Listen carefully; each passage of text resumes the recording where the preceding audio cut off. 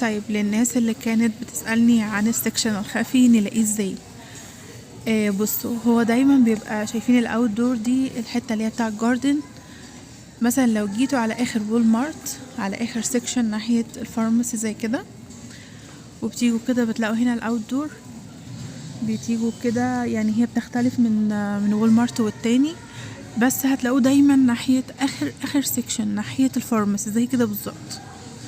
تمام، بتيجوا كده بتلاقوا هنا الاوت دور، بتلاقوا السكشن اللي بعده على طول شايفين كله اصفر.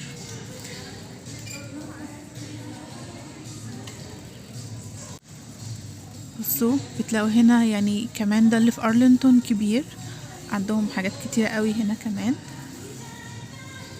يعني هنا بصوا عندهم حاجات،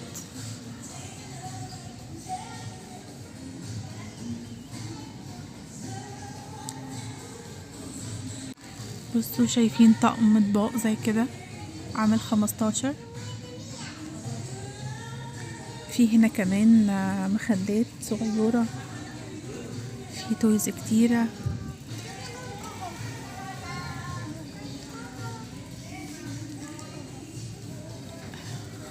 بصوا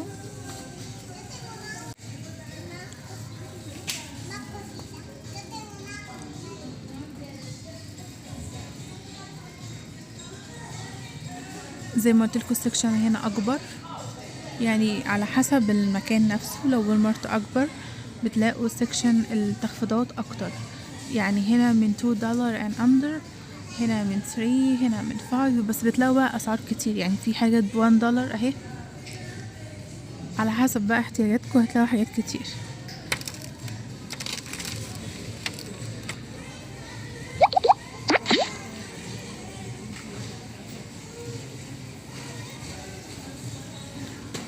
في تويز كتير هنا برضو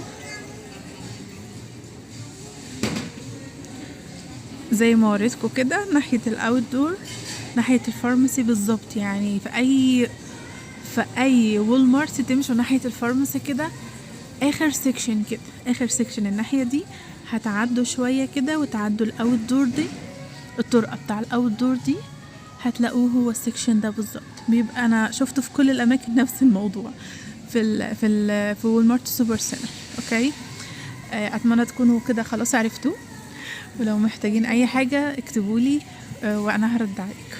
باي باي.